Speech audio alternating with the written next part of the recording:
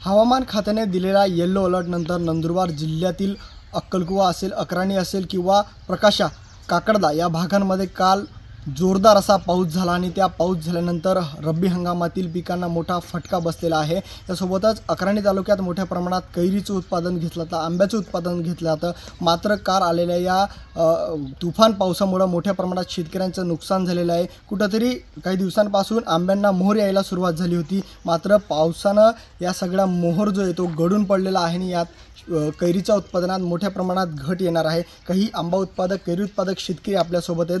बाबा, काल तुफान असा पाऊस झालेला आहे आणि त्यामुळे आंब्यांचे जे मोहर आहेत ते गळून पडलेत का? हो, आंब्याच्या त्या पावसामुळे सर्व मोहर हा गळून पडल्यानंतर ते पुन्हा आंबे तर काय लागणार नाही, म्हणजे मोठं नुकसानच झालेलं आहे। किती झाड आहेत आपल्याकडे? 30 झाड आहेत। कितींचं उत्पादन घेता आपण दरवर्षी? एका आंब्याचं कैऱ्या जरी काढल्या तरी 10,000च्या पुढे उत्पन्न येतं। कमीत कमी 10,000 एका आंब्याचे येतं कैरीच्या याच्याने। किती नुकसान झालं आपलं, कसं सांगा? आता 30 आंब्याचं जर 50% नुकसान झालं म्हणजे उत्पन्न तर कमीच येणार। पुन्हा आंबे येतील का झाडांना? नाही, मोहर गळाल्यानंतर पुन्हा मोहर येत नाही आणि आंबे येणार नाही, नुकसान झालं। त्यामुळे नुकसानच झालं आहे सगळं।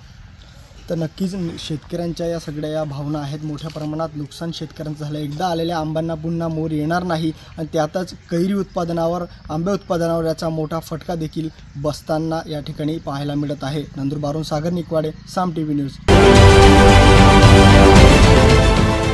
देश विदेशातील प्रत्येक घडामोडींचे लाईव्ह अपडेट मिळवण्यासाठी आता साम टीव्हीच्या सर्व सोशल मीडिया प्लॅटफॉर्मला लाईक, फॉलो आणि सबस्क्राइब करा।